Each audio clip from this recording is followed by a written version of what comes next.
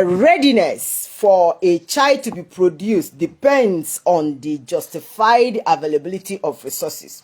That was where our discussion last week mounted pressure on, because we are looking at the unhappy children of the uncaring fathers, and we try to say that there are so many children on our streets, in our communities, in the society, that are actually becoming potential hazards that are going to really cause lots and lots of troubles, both for themselves, their families, and the society at large, because they were brought into this world by uncaring fathers. And we say that there are so many fathers there that theirs is just to get women pregnant, let the women produce the children, and they go further to generate money by the celebration of the birth of those children that, of course, they will not care for. Rather, they will use what they generated to get more women. They will be expressing their sexual unbridled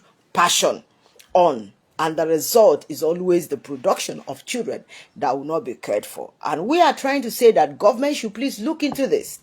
Churches should come to this. Religious organizations should come into this. The society should frown at this, because it is a very big challenge to all of us, wherever we are. And that is that so many are producing children they are not ready to take care of. And we said that the resources being available should be a major reason why production of a child should be considered. And we also said that when we talk about resources, we are not looking at money only. Monetary resources could just be one of the numerous resources that should be available. We say that we have physical resources. It's under physical resources that we talk about money, we talk about accommodation, we talk about food, we talk about shelter, we talk about clothing, we talk about cognitive, we talk about health care. Then we got to emotional resources. There we talked about having a connection with the child, having time to spend with the child, and making the child to see you as a good model, role model. Yes, we talked about the cognitive resources. They'll talk about providing education for the child, not just sending the child to school, but ensuring that the child has the necessary materials needed for education, and you as the father being available to teach the child, to get involved in the child's education. So having children is not supposed to be what one will call hobbies. That one of the things I like doing is producing children. No, you don't just produce children. You get the children into this world and fully prepare on how to take care of them. If not, those children are actually coming after you with time. It might not be immediately, but they will definitely come after you. And apart from coming after you, they will grow up hating anybody that has a figure of a father, and they will believe that the society hates them.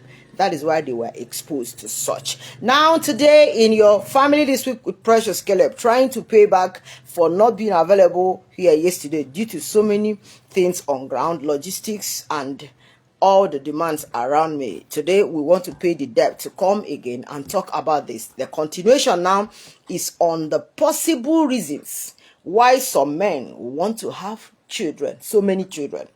There are some selfish reasons. There are some personal reasons why. My name is Precious Caleb, and I'm the one hosting you in this our talk today, your family this week with Precious Caleb. And we are trying to say that there are fathers out there that desire to have many children, but the problem is that they are not prepared to take care of them. And we want to look at the reasons why these fathers want to have many children they are not prepared to take care of adequately. All right, number one reason could be cultural or societal expectations. You can take your pen and paper and put it down, because if we look at the reasons why these children are being produced, being littered on our streets, in our communities, by fathers that don't care, then we'll be able to arrest the situation. So number one major reason why fathers want to have many children they are not ready to take care of could be because of cultural or societal expectations. In some cultures, having many children is seen as a symbol of masculinity. Okay? Yes, they see it as a symbol of wealth. So some fathers are now under pressure to prove to people out there that they are masculine men. Yes, so that they can produce children.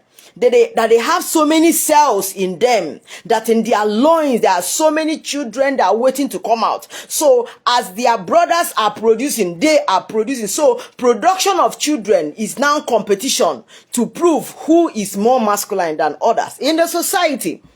You know, in some places where some of us come from, they want to ask that man, how many children does that man have? Somebody will say he has. They won't say he has 2. They will say he has only 2. And nobody will want to hear that only 2. Rather, they will say that he has so many children. You see the expression? That is what is dragging so many men into producing the number of children they are not sure and they are not prepared of taking care of. Societal or cultural expectations. In some places too, if there are some titles that should be given to some men, there will be consideration of the number of children they have. In some parts too, when they want to share land, portions of land or property, okay, in a community or in extended family, they will always say, this one, you can get only 5 children now, so why will you give him 10 plots of land? Why the other one has 11 children? Check him now. So, may we no do like that. The one we get plenty children, now we go give plenty land. Have you seen it now? So, some men that don't really have anything on ground to take care of children, they want to produce these children so that they will use to answer present. Those that have 10 children, raise your hands, they will raise. Those that have 5, come out here, they will come out. And the one that has 2 or 3 will just sit quietly waiting, hoping that they will eventually remember to give him, even if it's a piece from a plot of land. Have you seen it now? And that will now make us to go to those in the society or in our communities, in our cultural settings, that man pressure silently or loudly, directly or indirectly on men to be producing children, to ask them, what do we have to use to take care of these children? Who are we even trying to impress? Who is doubting our masculinity?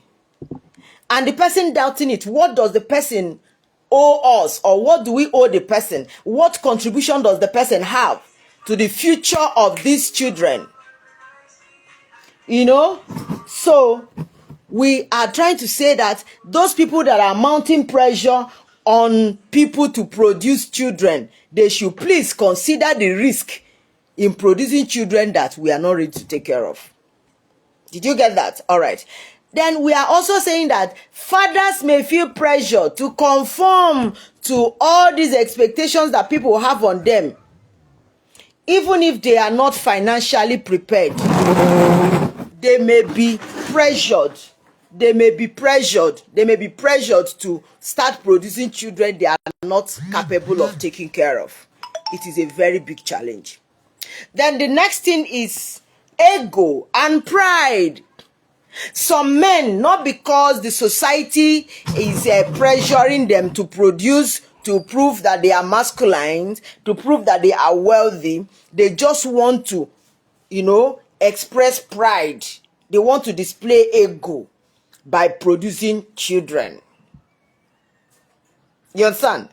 So some fathers may view having more children as a way to feed their ego, to demonstrate their strength, their worth, their relevance, their contribution to the society. So they just want to show that they belong here, that they are powerful. This one is not because of masculinity or wealth, but so that they will gain respect from people. In some places, they don't want to ever imagine that a man cannot produce a child.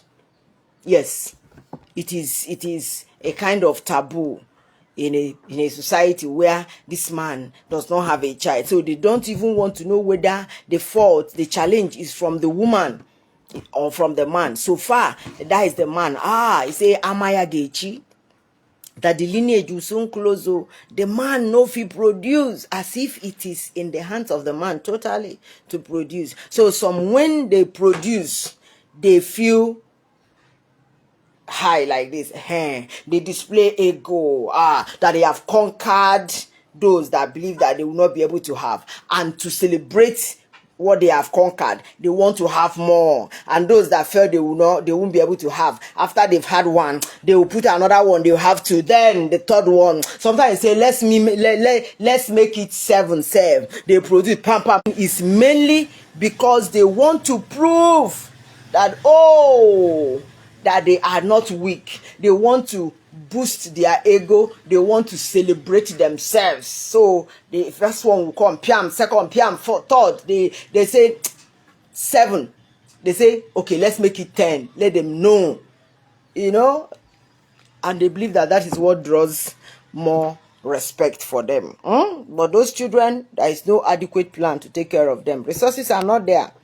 A man that earns 100,000 naira a month is trying to produce 10 children in this our current situation. Just tell me.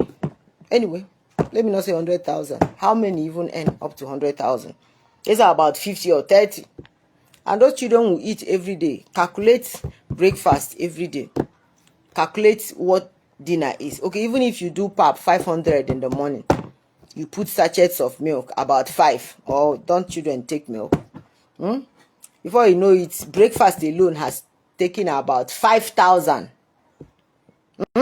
Yes, now 500. You put milk, you put sugar, you bring akara, or you bring mai, you mix it, you take them to school. You put fuel in your car, take them to school, or you give them snacks money, or you give them transport money. They go and come back, and of course they will bathe.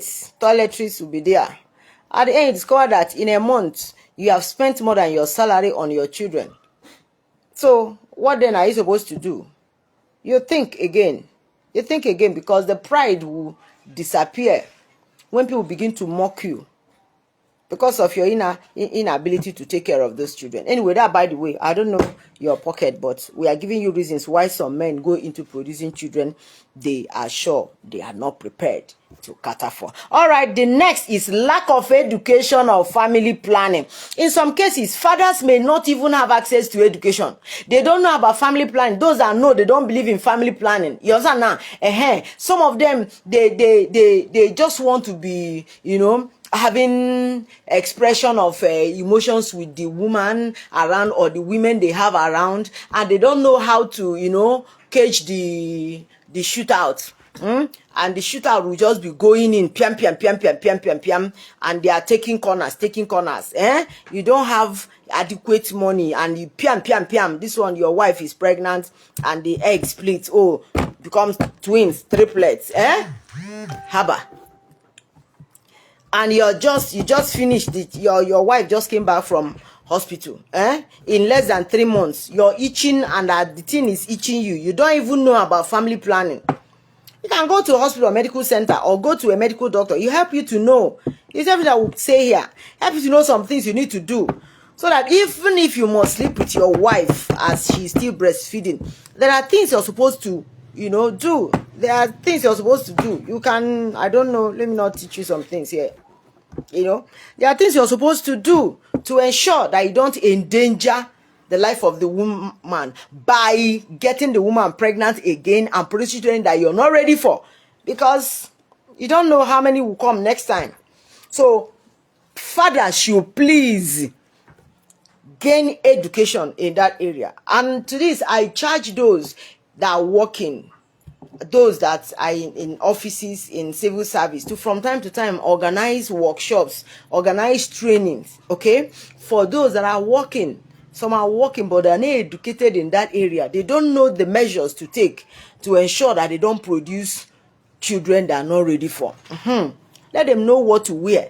Let them know what the woman can wear. Let them know the ones the woman may need to insert. Let them just go to hospital and be taught, or let the training be organized in your place of work, in your place of worship, in the community. Let there be an awareness.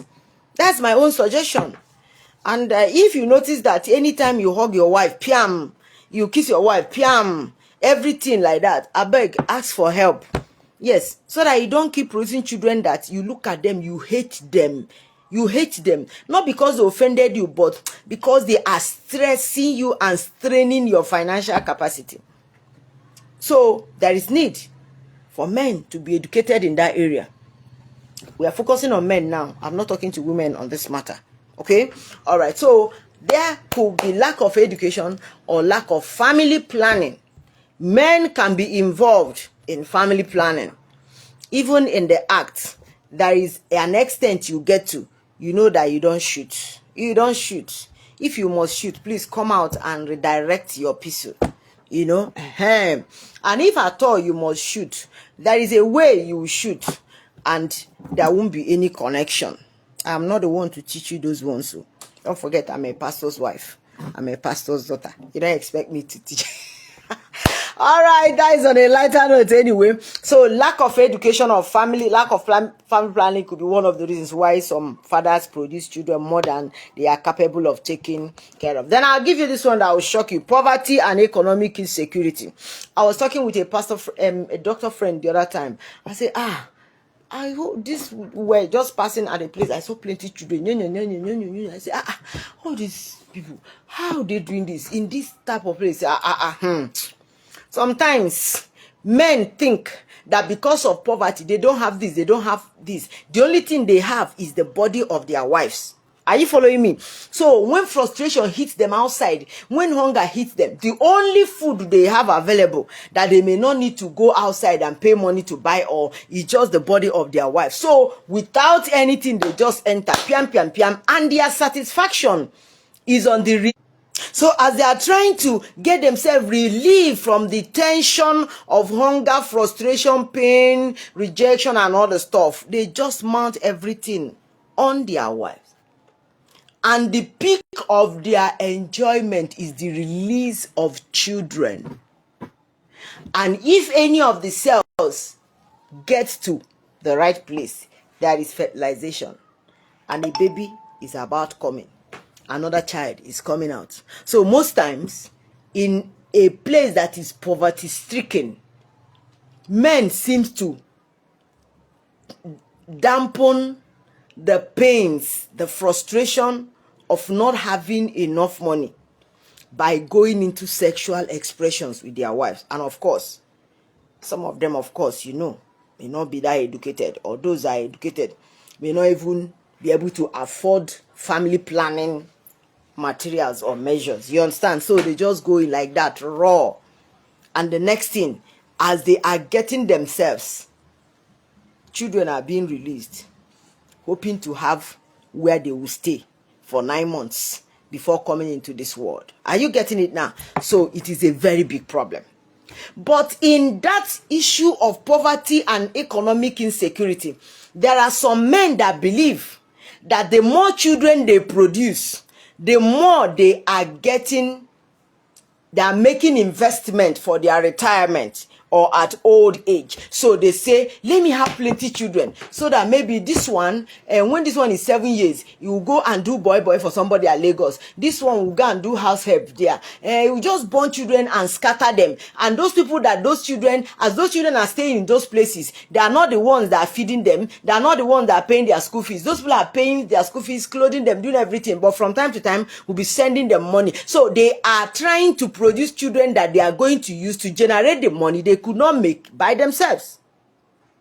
At that, you see that they are producing children they are not planning to take care of. Rather, they are planning to use the children to make money. Are you following what I'm saying? So sometimes in a poverty-stricken areas, people produce more children because they want to use that children for economic security. They want to use the children for as if that is their collateral for what they want to get from people, or possibly that those children are going to be their dividends, are going to be the investment that will be yielding dividends to them. So those children are there. They will send them to go and hawk. You see small children hawking water, sachet water on the road. You see them hawking every and anything. You see them getting involved in labor, carrying blocks, trying to do this and that, because their parents are sending them out to go and fetch money.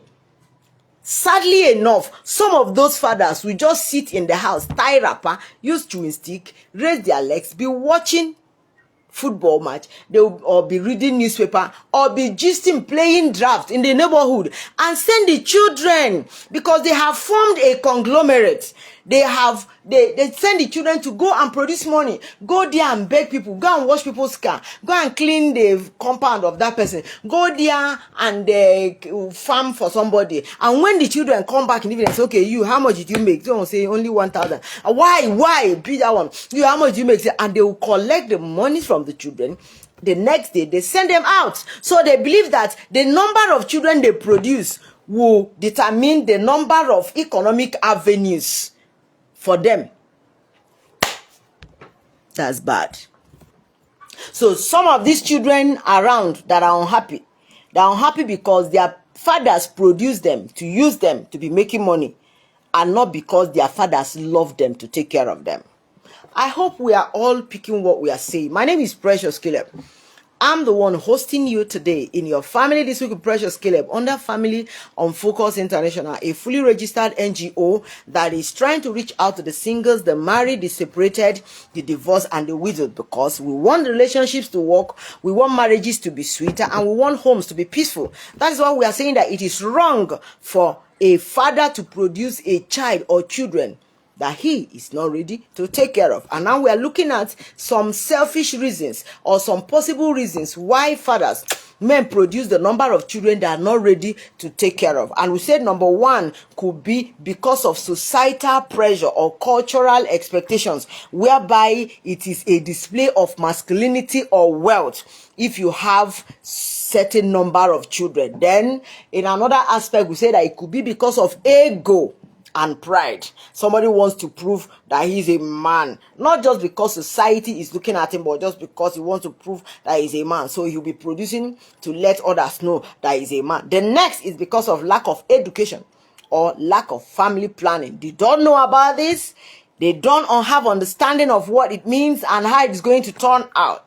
They just go there, have sex with the women, produce children at the peak of their, at the peak of their sexual expression. Children are pumped out. Yes, and that's all for the men. They just go. Some don't even know about family planning. They don't know that there are things they can take in, there are things they can put on their bodies, there are things they can put on the bodies of the women, there are some things they can insert in their bodies or in the bodies of that. They just don't know, and they don't care to know. And we are calling on some organizations, we are calling on religious groups and any, or even those in the community, to please create an awareness so that some of these men will know the dangers of going into sexual expression without family planning or without an economic insecurity. That's the fourth one: poverty and economic insecurity. I will say that most times when people are battling with poverty, the only thing they have in their hands at that time is the body of their wife. So what do? They just climb there, they just use the wife, and to ease off the whole tension, they pump cells inside the body, and those cells might go and meet the cells, the eggs ready, and the babies are formed. Those babies will come out as human beings that those fathers are not ready to take care of, because they just wanted to enjoy themselves as life no favor them out there, made them manage the one way they inside. The next we said in that poverty and economic insecurity is that some produce these children because they feel that the number of children they have will determine the number of sources of income they have. So they produce like 5, they say no, it's not, no, produce more, like 10, okay, so that this one will become this one will go there, this one will do this one will do this. And most times first sons or first daughters, first children, they suffer it more. The parents will try and train that child to pass maybe primary school until you see your younger ones are behind you. Say yes, I've trained you. Your duty now is train the younger ones. It is wrong. There is no child that should train other children. Training of the children should be done by the parents, especially the father. So you don't produce children so that your first child or the first set will now take care of the younger ones. No. That is what is happening to so many. And they believe that when those ones grow, they will be able to, be sending them things. So they produce as many as they want. Not because they love those children, but because they want to use those children to satisfy. The next we have is polygamy or multiple sexual relationship or multiple relationship. You see, some believe that one wife is not enough. We'll talk about that some other time, because you realize that the problem is not even about the woman married first. It's because of unbridled passion for sex. It's not about that. So anyway, that by the way. So when we are talking about polygamy or multiple relationships, we are trying to say that in some cultures or in some communities, there are some people that they have free mind or free attitude towards having as many wives as they want. And of course, when those women come, each of them will be struggling to have more children than the other. So, and as they are competing, more children are coming out, more than the number that the man can take care of. So if you marry 2 wives, this one has 3. Before you marry the second one will want to have 4, so that the 4th one will be an edge she has above the one that is her senior, so that it will be equal. And this one will now say, is that will look for a way and produce, and the women will be competing. You understand? And sometimes the man will even, because this one is here, this one is here, this one is here, want to have sex with all of them. And what if all of them they take in at the same time? And the man is not even ready. We're not talking about the finance here. Something that polygamy is okay if the man has money. There is enough money. You know, last week we talked about resources being available. It's not just about money. It's not about money. How can you divide yourself, into all the number of children you have, to be able to be spending quality time with them, to be, looking into their life, to be watching them? You can't do that effectively. If they are more than you can handle. It's not about money. Money is not all that matters in raising a child. Okay. So polygamy is a very serious factor, because you see some people that even plan to have like 2-3 children. When the second wife comes in, the second will start thinking of having another child or other children that will bear her own name. So at that, the man is facing the issue of having more than the number he can handle. It becomes a problem. Or those that will just go and be sleeping around with women, and this one will call and say, I don't get belly. The man will say, hey, he say, hey, waiting now. And that one will call, I don't get belly. So children are littered everywhere. There are some people that is only during their funeral that you begin to see other children he had when he was alive. Yes, so because as they travel, as they go on transfers, as they do business, as they mingle, both in church, both in place of work, they keep mingling, and children are being given birth to. And some of those children giving birth to, they don't even know their fathers. Sometimes they are pushed to some people that will be acting as their fathers. But it's after that they will realize that those ones are not even their real fathers. Their real fathers are the other place, battling with the number of children he has littered so many places. And those children are not growing under their real fathers that will be able to mold their lives, being their real role models. So it is a very big problem. So we are trying to say that there are so many reasons why these things happen, and one of them is polygamy or multiple relationship. Then the 6th point is lack of emotional maturity. Some fathers might not be emotionally prepared to take on the responsibilities of parenthood, leading to lack of consideration or the consequence of having many children. You see, there is what we call maturity when it comes to relationship. You see, you can be in a relationship with somebody for years and sex will not be part of it. I'm telling you the gospel truth. And if at all for any reason sex steps comes in, 2 of you should be matured enough to know that it doesn't really, it's not worth it. It's not worth it. And if at all you must fall, if you want to fall, clear ground and fall on a better ground, so that you don't fall the type of fall that will produce children that you're not ready for. Am I supporting you to fall? No. But if at all you're overtaken by sin, don't allow that sin you're overtaken by to produce children that will be living in pains and be hating you, and be hating the society, and even be hating God that brought them into that life of suffering, because you did not prepare well. So there is need for emotional maturity.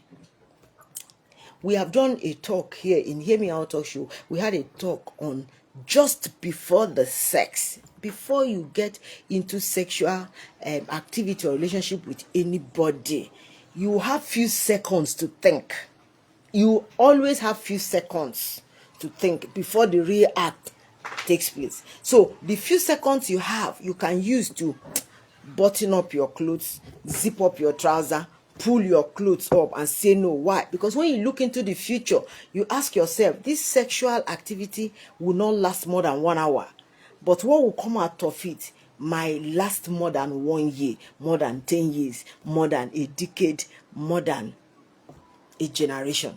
So why not be futuristic? Ask yourself, just before this sex, is there anything that I need to know? Is there anything I need to know? And a child comes out of it, or even if a child doesn't come out of it. Now, what if it now makes you to feel that all is well? One day, the child might come out of it, and you're not prepared for it. It's not about the money you have. Emotionally, are you stable to take care of that child? Some fathers are not matured emotionally when it comes to sex. Some also are not matured, emotionally when it comes to relating with people. There are some that when they see women, their bodies will change. No.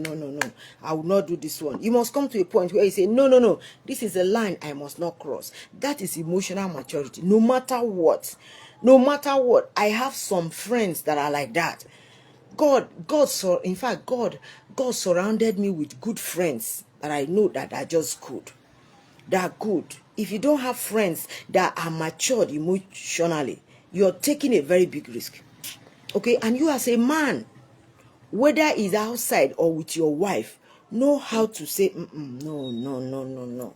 Because you're matured. You can reason it. You can perceive. You can sense it that this one is going to produce, this is going to be the outcome, and you're not fully prepared to take on that. So lack of emotional maturity is one of the major reasons why children are produced by fathers that are not ready to care for them. Then we have the one we call biological drive. In some research, we see that some men have inborn or innate biological drive to produce children. It overrides them from time to time that every time naturally they want, I don't know what to call that one. Those in health can tell you. There are some men that what they are producing is more than what they can manage. So at that, if they don't seek for medical attention or a help from experts in that area, they will be causing trouble. Yes, so there are some that they sleep with a woman in the night 2 times. It's not enough. 3 times. I don't even know how they are own pump 3, 4, 5 times at a time. They are not satisfied. They finish, they get up, they start again. They go, haba. So at that, satisfying them becomes a problem, and the craving will keep going till they keep littering children everywhere. Some of them, it's not because they don't know the dangers, but biologically they can't manage it. At that, you speak out, go and seek for medical help. Go and open up to an expert in that area medically. Let them tell you what to do. If what you're producing is more than what you can manage, look for how you can be helped, because it's becoming too embarrassing. Yes, because you now sleep with the woman when she's ovulating and when she's not ovulating, when she's in her hospital, when she is there is no, you cannot wait, because, and she too, she's afraid that if she doesn't cooperate, wahala will burst. For what self? Which wahala will even burst? That has not been bursting all this while anyway. I just whisper to women. So you just need to go and talk to an expert that will help you, because you don't know. One careless move when you are out of control can land you into trouble. Maybe after 2-3 years, the child will appear. They will bring the child and say, this is the result of. You say, when? Why? You say, nah, so, like that too. It's just that something happened, we didn't meet again. Are you serious? And you look at the child, look at yourself, everything. No need for DNA. It's because of this biological drive. Some are really dying in silence because of this. They can't control it. They don't know what to do, because what they are producing is more than what they can contain in their system.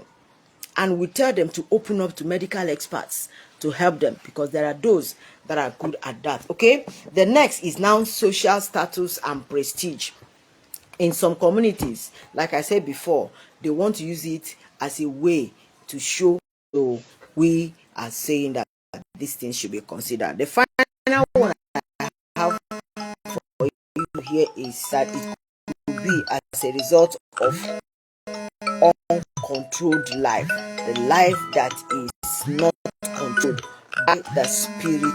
Okay, so we say that you need to go to God, let God help you, because any man that is under the influence and control of the Holy Spirit will readily, scale through all these hurdles and produce the number of children as God enables him, that he has the resources to take care of. And I pray for you that God will help you. May God help you so that your relationship will work. May God help you that your marriage will be sweeter. May God help you that your home will be peaceful in the name of Jesus. And those of you that have produced the number of children that you're not able to take care of, as you have realized that the error came from you, not from those children, I pray for you that God will open the doors of heaven, windows of heaven also unto you, that the resources needed to take care of these children with love will be made available to you, so that these children will not grow as unhappy children and be blaming their fathers and the society for not caring for them. And those children will grow to love God and serve him all the days of their life. The Lord bless you. Precious Caleb